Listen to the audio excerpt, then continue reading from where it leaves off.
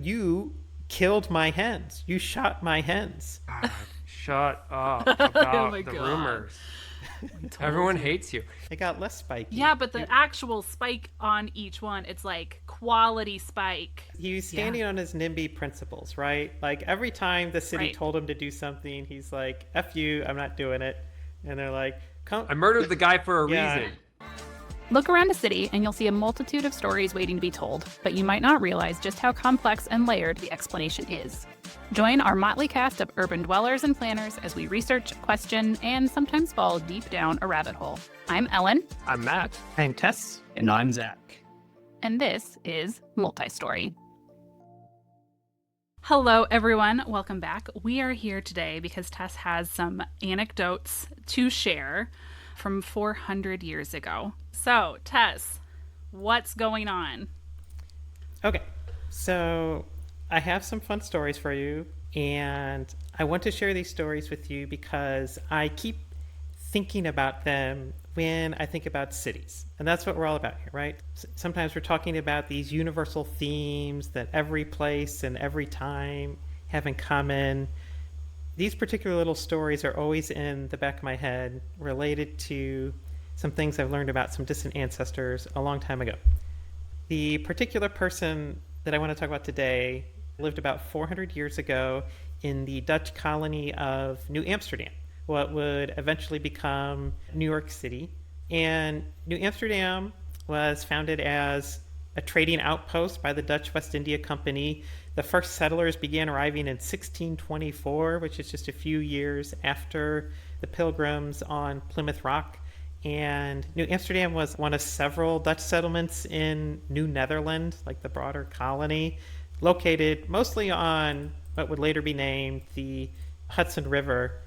And they had English colonies in New England to the east, New Sweden, the Swedish colonies were to the west, and they sort of embroiled with issues and conflict between the both of them for the whole period of 60 years or so that New Netherlands existed. And so the history of New Amsterdam, I think it's important and it's interesting because New York is one of the most well-known cities in the world, right? If not like the most well-known. Oh, yeah. And just like the history of New York is interesting and important in its own right. I've heard of that city. You've heard of New York. Yeah. I think it's interesting not just because of the history of New York, but because of how New Amsterdam shaped the emerging culture of what would become the United States. New Amsterdam was capitalistic, ahead of its time, lots of modern finance and corporate theory that like is the foundation of a lot of our society today was developed and advanced in the Netherlands and its Dutch colonies. It was pluralistic ahead of its time. It was tolerant ahead of its time. It was democratic ahead of its time, and it wasn't perfect. Like they still had slavery, there's lots of issues, but in comparison with some of the other colonies or other parts of the world, it had an identity that to me feels much more modern and much more relatable. And I think there's a lot of scholars who argue that this cultural influence from New Amsterdam shaped a lot of what the United States ended up becoming. All right, so New Amsterdam is wildly progressive and is making me feel like, as people talk about going back to what America was, I would rather be that than what they seem to think it is. So, what next? Make Tess? America Dutch again. Make America Yeah, Dutch again. well, I mean, maybe there's something to that. Eventually, New Amsterdam was taken over by the English, but some people describe it more as a change in management than a conquest because they got to keep a lot of what they had going on, and their treaty protected a lot of their rights. And so in the surrender agreement of New Amsterdam, they were guaranteed possession of their property rights, their own laws of inheritance, enjoyment of religious freedom, restrictions on housing of soldiers. These are lots of things that ended up in the Bill of Rights 150 years later, but they had their cultural root in this Dutch culture that was protected when New Amsterdam became part of the English colonies. So even though this is 400 years ago, I think all of these features make these anecdotes that I'm going to tell you feel very modern and relatable. The rhythms and details and perspectives of life are surprisingly familiar. And one of the things that is very familiar to me is the city council minutes. So many of the anecdotes of my New Amsterdam ancestors were found in like random entries of the city council. And there's just a treasure trove of slice of life stories from this early era of the city. There's stories about complaints that bars are staying open past last call, or there's complaints about people who are making too much noise in the middle of the night, or someone demands that the city make someone else reveal who started a rumor about them. There's all of these just little stories about people and neighbors and everyday life that come out of these city council minutes. And it has all of like the stupidity and silliness of humanity that we experience today in our lives, and definitely when people testify at city council. It's making me picture like someone on city council, but like with the big white wig, just sitting there like bored out of their skull. God, shut up about my the God. rumors. Everyone hates you. It is funny to think of like old-timey sepia-toned people as just being normal, old, petty, shallow humans. It's like the rest of us of modern times. Okay. So the person that I want to talk to you about today, his name is Isaac Kip. And he was born in 1627 in the Netherlands, in the city of Amsterdam. And he traveled with his father and mother and siblings to New Amsterdam around 1637. The Kips were originally French. They were French Catholics, and some of them died in religious wars in the mid-1500s. But my particular line fled to the Netherlands, converted to Protestantism, and Isaac's grandfather was one of the members of the Dutch East India Company that ended up sending Henry Hudson to look for the Northwest Passage. And so he ended up exploring the area that would become New York and sailed up what would become the Hudson River. Isaac's father was a prominent citizen in New Amsterdam. He was one of the 9 leading men who were chosen by the governor to help govern the city. Isaac's brother was a clerk and secretary for the local council. He's quoted as a young man of spirit and intelligence, tall, handsome, and extremely popular. That's Isaac's brother. Isaac's sister married a privateer who brought immense and sometimes questionable wealth into the city without anyone asking too many questions. So it's like a very prominent family. Isaac, who I want to talk about, was the other one. The stepbrother, So to speak. The one that got an art degree. We're all really they're figuring it out. Okay, so Pearl Street and Wall Street, what are we looking at? Is Okay, this yeah. like where So- all of those little drawings were? Oh, that's so wild to me still. Okay, go. So we're looking at Lower Manhattan here today, present day. This is where the first story I want to tell you begins in January of 1653 at the intersection of Pearl and Water Streets. This is what the intersection looks like today. And this is a map from 1660, a few years later after the story happens, that shows the same location with the wall that would eventually give the name to Wall Street. Wall Street was named after the wall that protected the settlement, but when the story begins in 1653, there is no wall yet. In 1653, Isaac's future wife's aunt buys this property that you see circled here. It has an old farmhouse on it. They get the cool There's- corner of the wall too. Or wait, that's there was- after. Never mind. There was no There's wall. no wall yet. But they have like Okay, a okay, river okay. view. That seems pretty nice, yeah. That's nice. So Did the name Wall Street predate the wall, like aspirationally, or did they? name no, Wall Street there after? there wasn't even a street there when they bought this property. It was a farm. Okay. They bought Just so checking. there was an old farmhouse that they bought. The seller of the property was a former Dutch West India Company officer who had relocated from Brazil and sort of retired and was running a tavern next door. And so this old rundown farmhouse from the previous owner, he didn't need that. He wasn't living in that. So he sold off that part of the property to Isaac's future wife's aunt, and she buys it kind of. She pays for half of the property with the rest of it to be paid later. This is But before then- the 30-year mortgage. Yeah. Yeah. So then a few things happen. So a few weeks later, in February 1653, New Amsterdam finally gets its municipal rights. So that means it's like a real city. It's not just a company enterprise anymore. It has a council, and burgomasters are appointed, and Isaac's father is one of those council people. One of the first things that the new council does is debate the construction of a wall. So the Netherlands is at war with England, and the English colonies are more populous, and there's just this looming threat that the English colonists could come and take over New Amsterdam.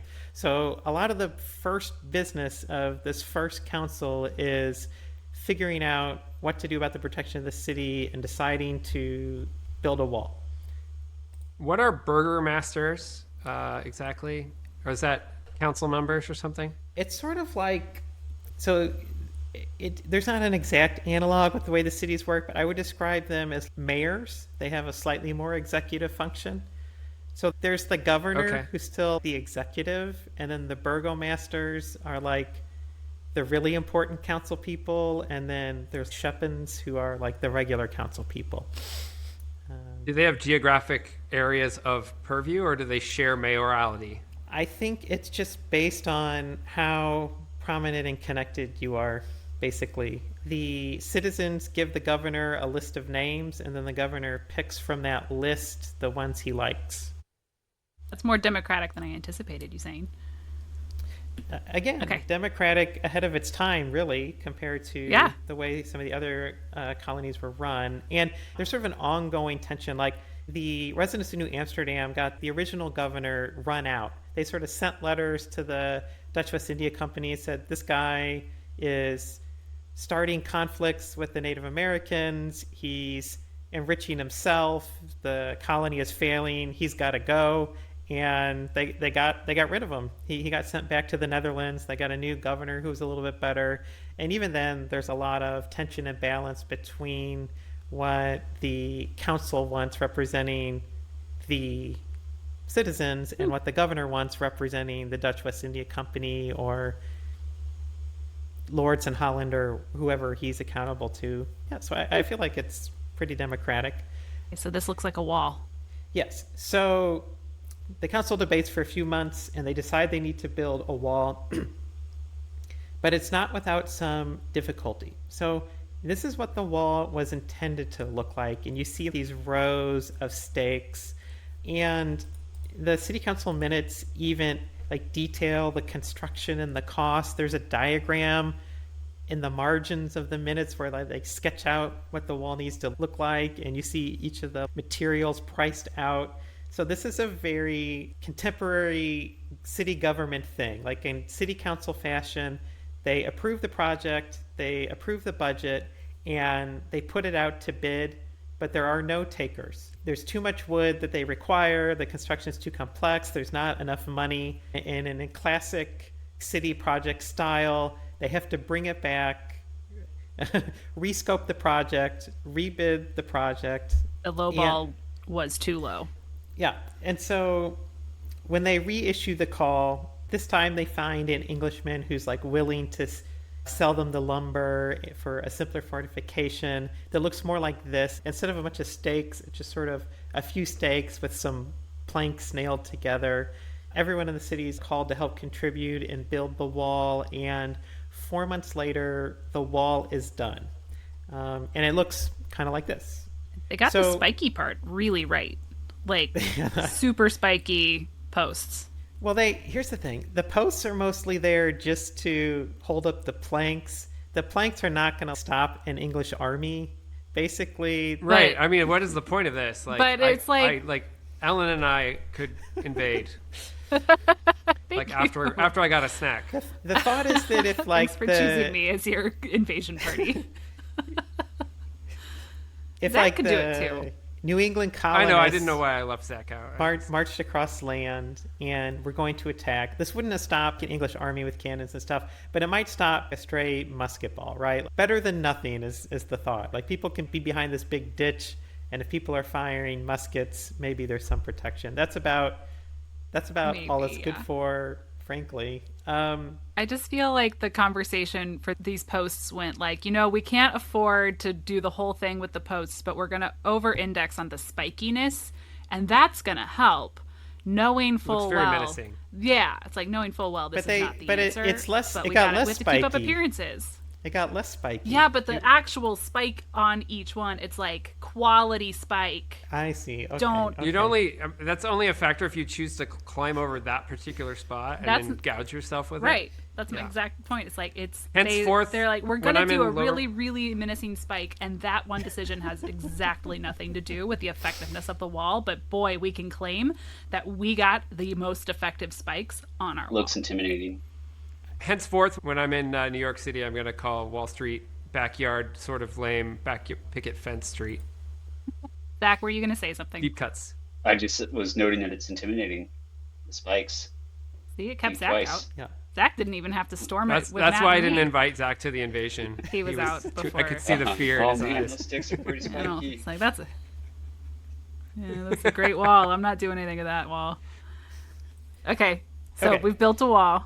We built the wall. Here's the problem. Isaac's wife's aunt's property is here. The wall passes right through it. A guardhouse has been constructed. The lot fence ends up right against the wall. Here you can see the wall cuts off part of the property. Okay. The other problem is that this wall was built quickly and cheaply, and it doesn't end up holding up very well.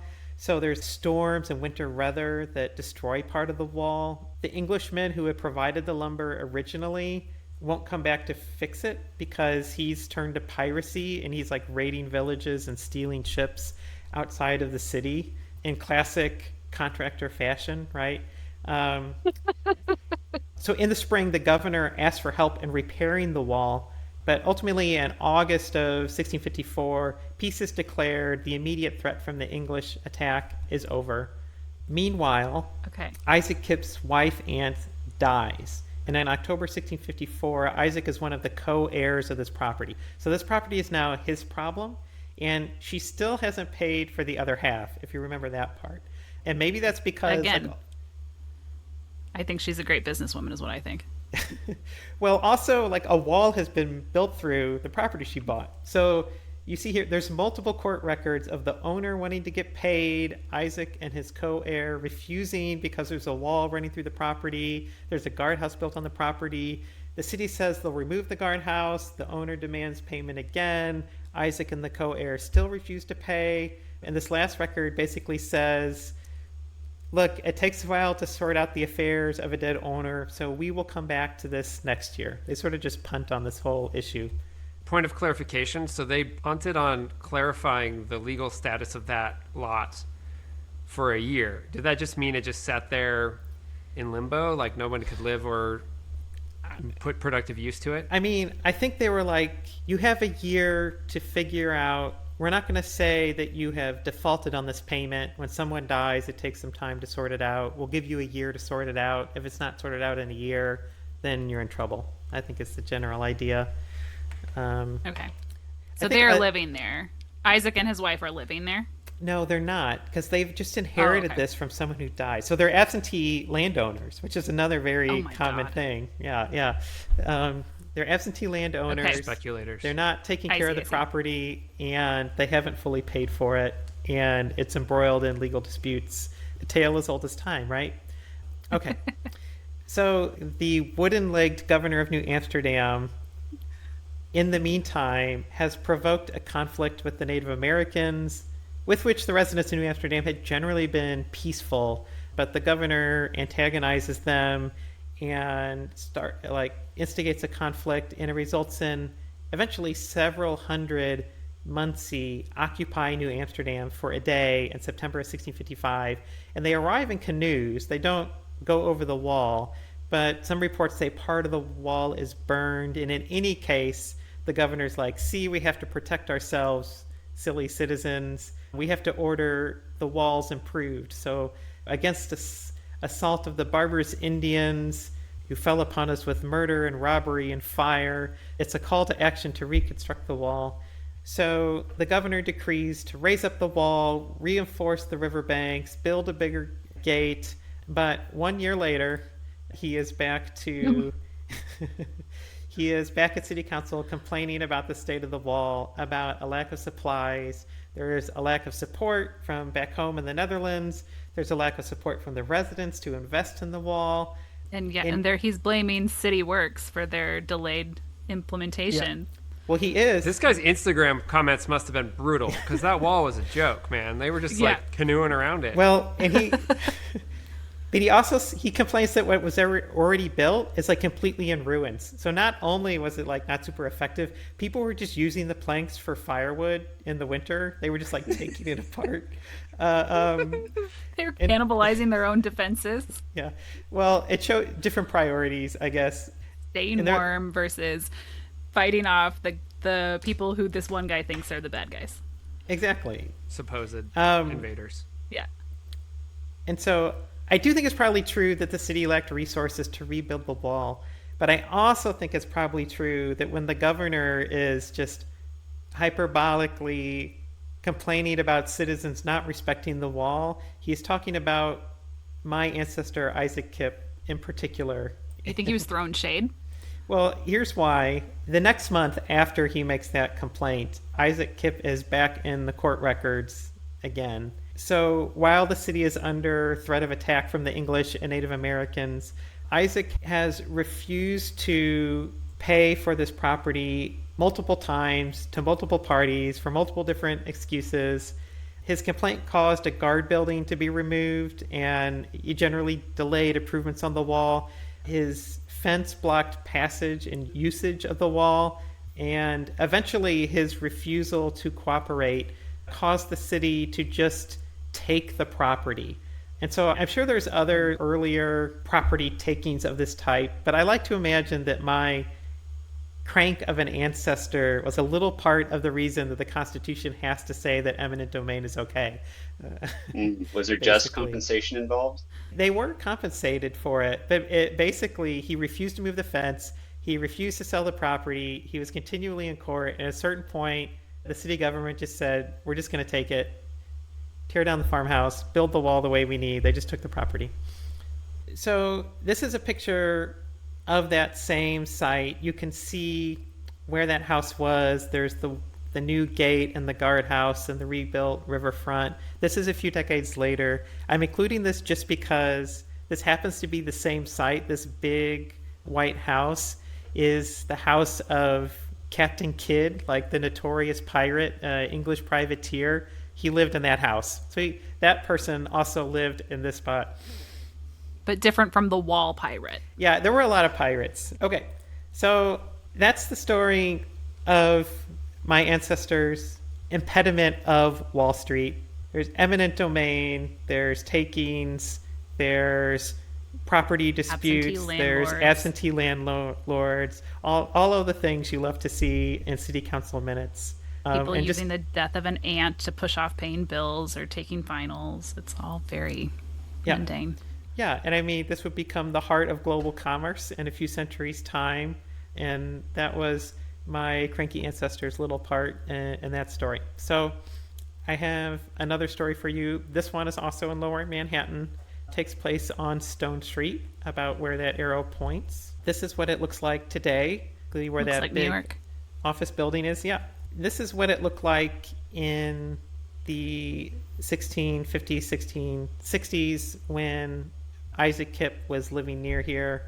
And I will say this is a view of the canal. The city did feel very Dutch when you look at the descriptions and the drawings of this. And a lot of these folks came from Amsterdam, where they like to walk up and down pretty canals. And they built a canal in New Amsterdam, and they like to walk up and down the pretty canal here. It had a very Dutch vibe that I think is interesting because that's all like completely gone now. But it's fun to imagine what a Dutch colony could have looked like if it had evolved longer in North America. my ancestor's house is sort of just behind the corner here where the arrow's pointing. If we look at this view of the city, it's in this area that's circled in particular. So this is where he actually lived. And So that's like walking distance from the neglected landlord spot that he just was in. yeah, it's a few, Like that he was in trouble for before. yeah, it's not like it's not like he was out of town. Although he was a river trader, so he was traveling a lot. But he lives on this little like red is that a trapezoid rhombus shaped property here. This is a map of the original land grants, and you can begin to see what might be an issue here. Zach, I know you love dealing with poorly platted subdivisions. That's the case here where the lot ended up being too narrow to build a house and have a lane.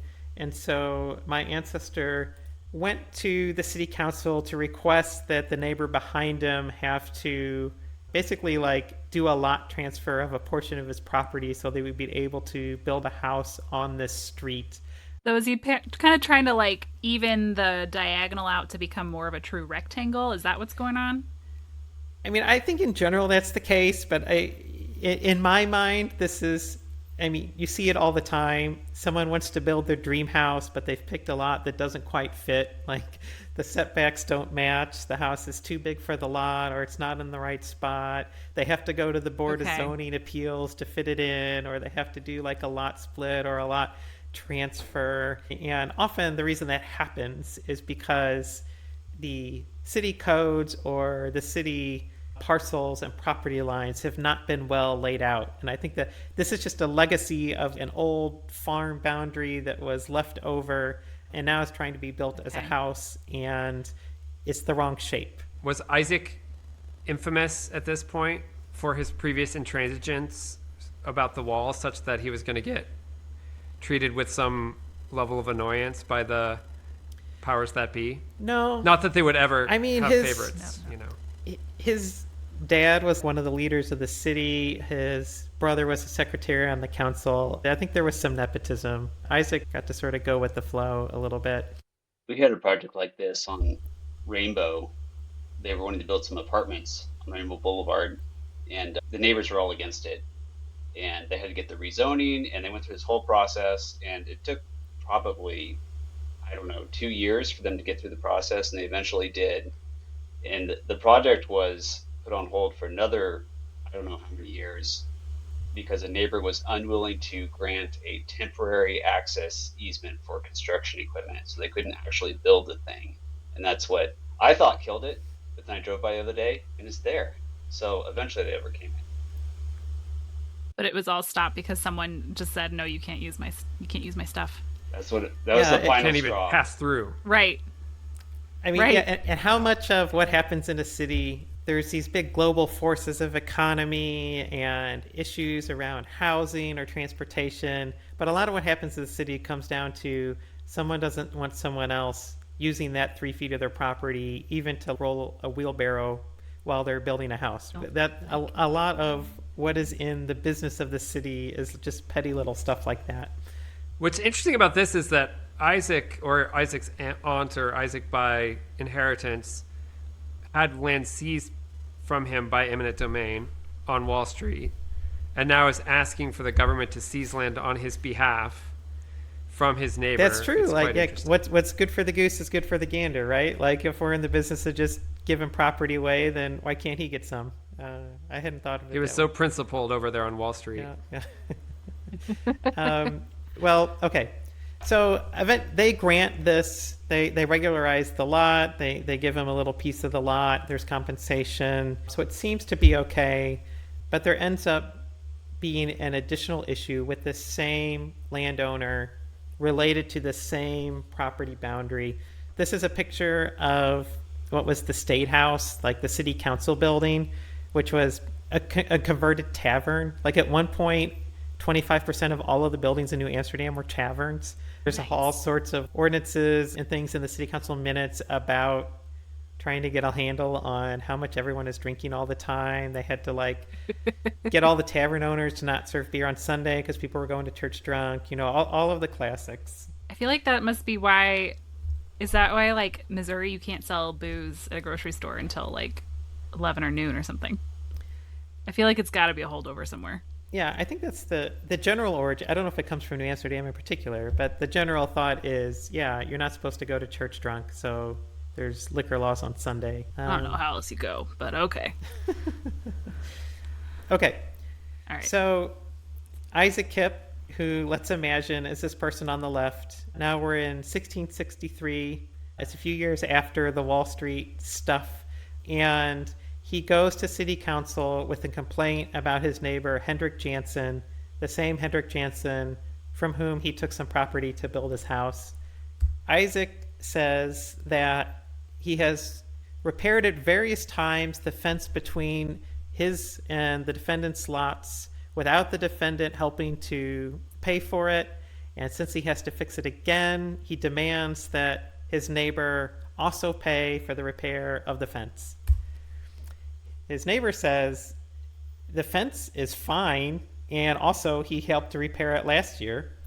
The fence is fine. Also, the neighbor says that Isaac piles firewood against the fence, and that when he does that, Isaac's hens fly over the fence and he destroys all of the vegetables that Hendrik has planted in his yard.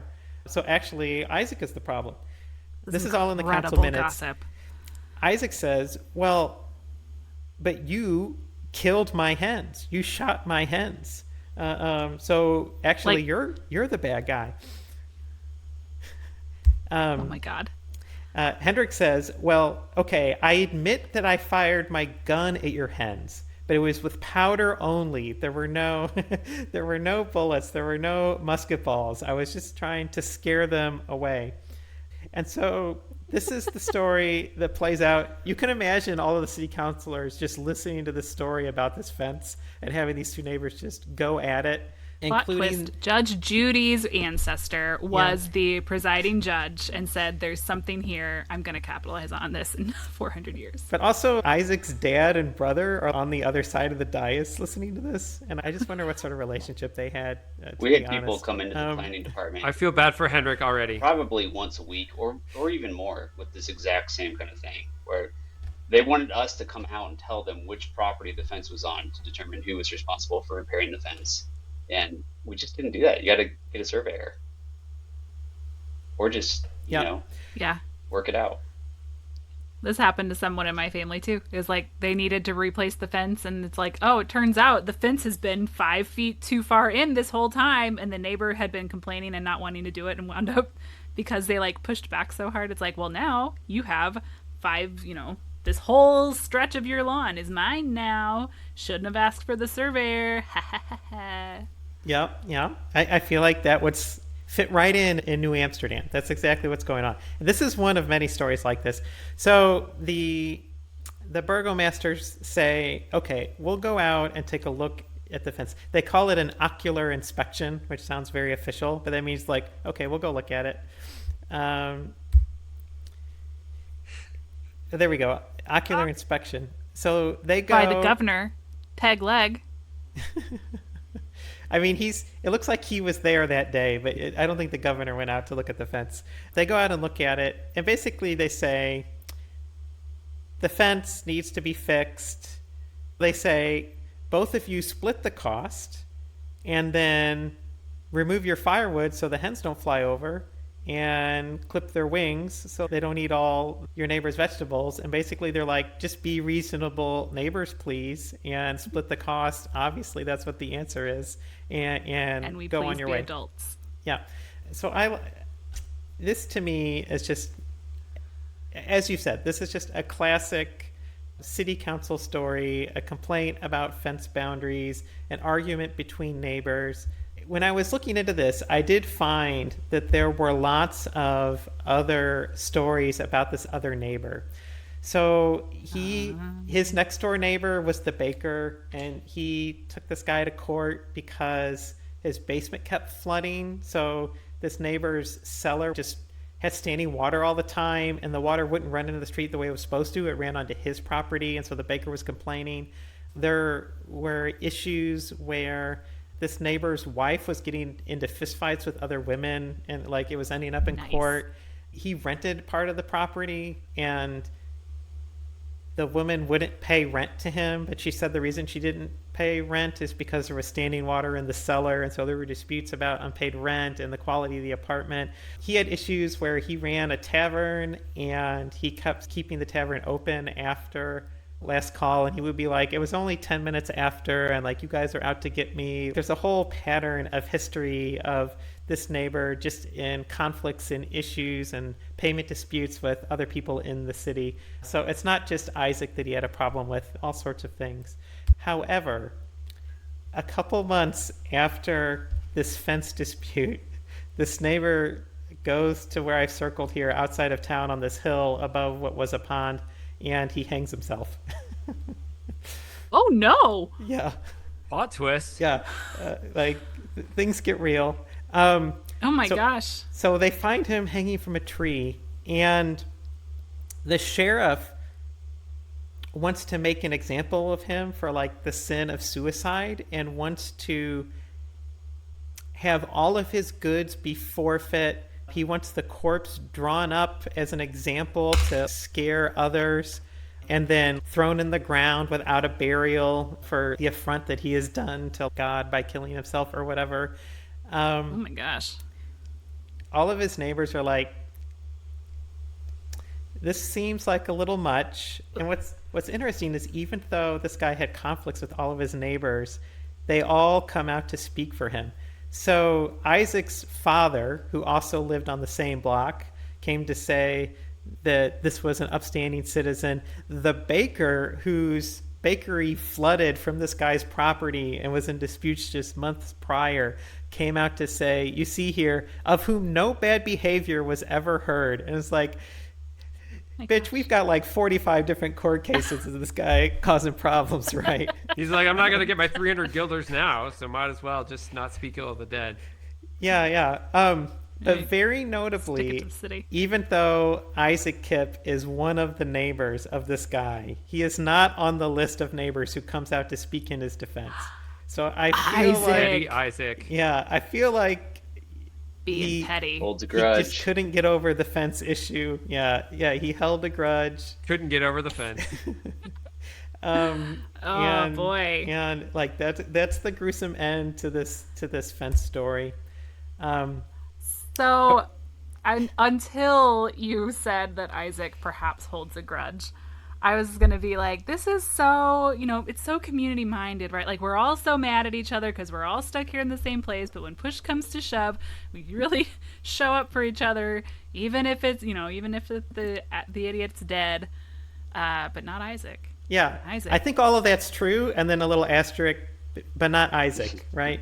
But not Isaac. Yeah.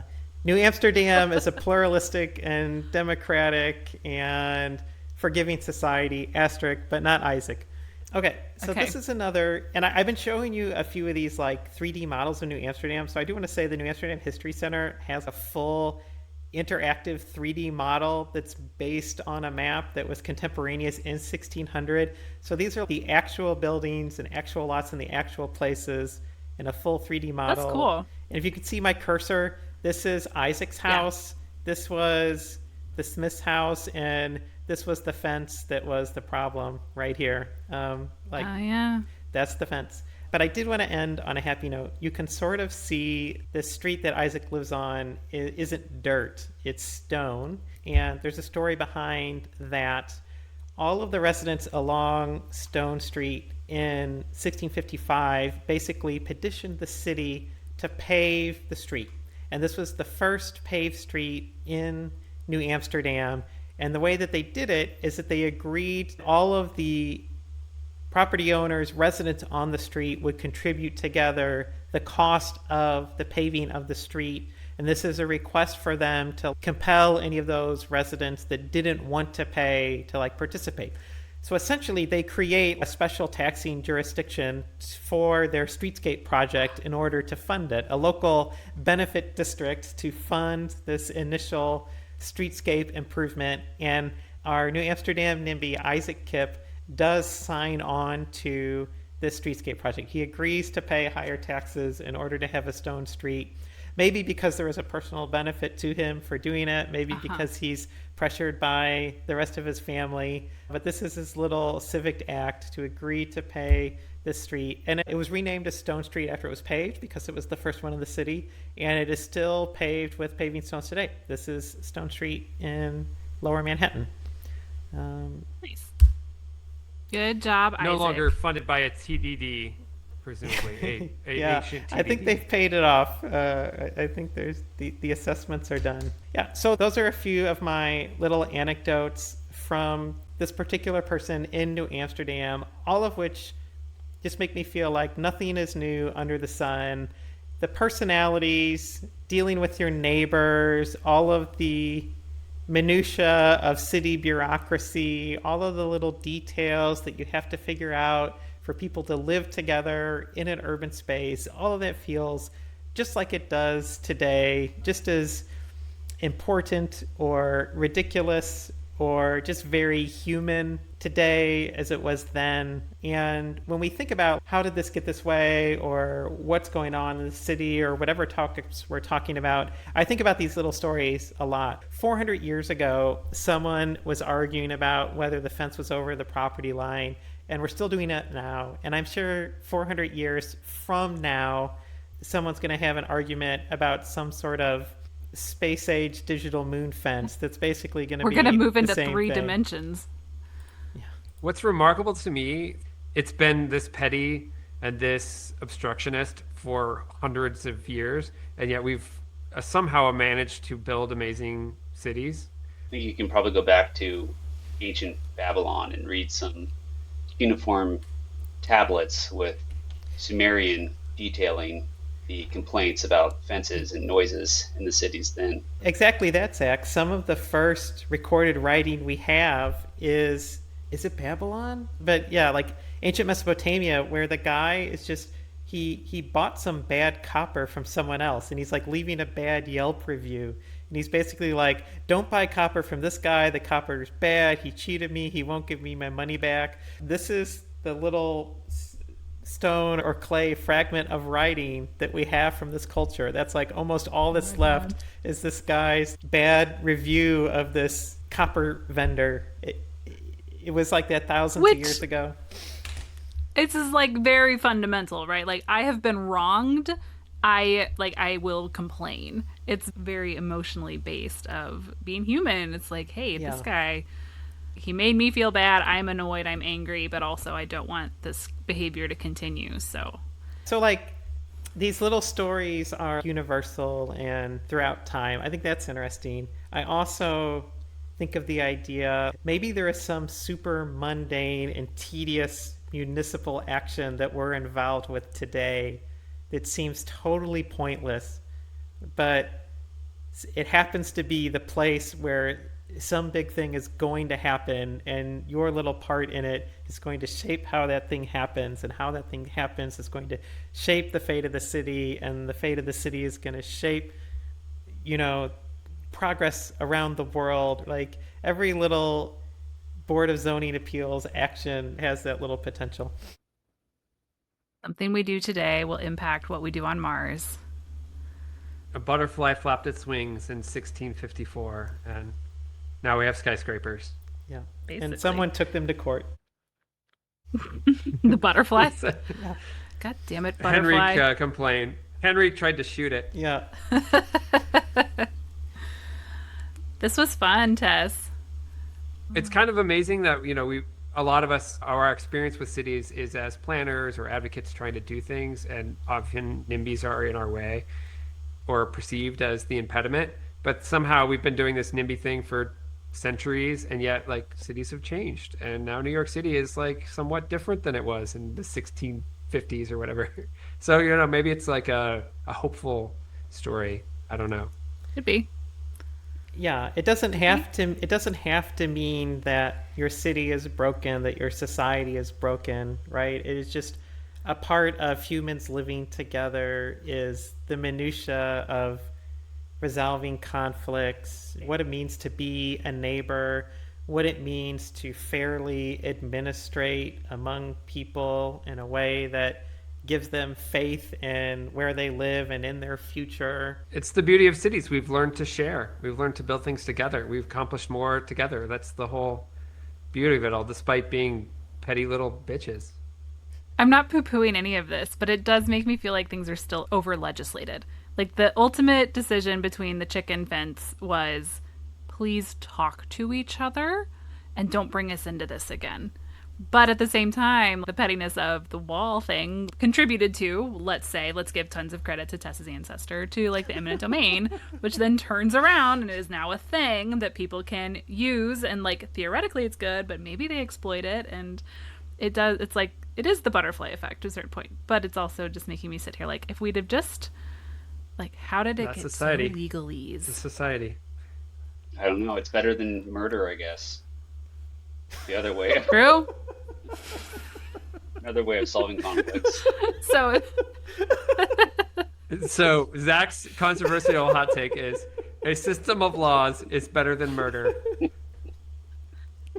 Take it or leave it. yeah, I hadn't considered that. To be fair, I'm sitting here saying, why can't you handle it yourself? Trust me, Ellen's gonna handle it. I've handled many things. My fence is exactly where I want it to be. Thank you very much. Fun fact, the house is for sale next door. Someone died. I mean, I did have the thought, was this really a suicide? I thought that. Ooh, Isaac. Oh, Isaac. If it were... interesting. And then not. everyone was like, oh, we were cool. I was cool with him. I didn't even think about that. Everyone was like, Cold case. protested a bit too much. Like, oh, I had no issue with Henrique. He was a shining star. Ooh. I don't know. But then, if we're going to posit this, it makes me wonder, is Isaac smart or not for not signing his name against him being a good guy? Is that pointing a finger at Isaac, or is that pointing a finger at everybody else? Because Isaac's the one sitting there like, this, no. He was standing on his NIMBY principles, right? Like every time the city Right. told him to do something, he's like, F you, I'm not doing it. And they're like, I murdered the guy for a Yeah. reason. come say your neighbor's nice. Like, F you, I'm not going to do that. I'm not doing No. that. I'm not doing it. He wasn't nice. He killed my chickens with powder. All right. Well, a mystery never to be solved. Our viewers can decide for themselves whether our New Amsterdam NIMBY murdered his neighbor or it was just cranky.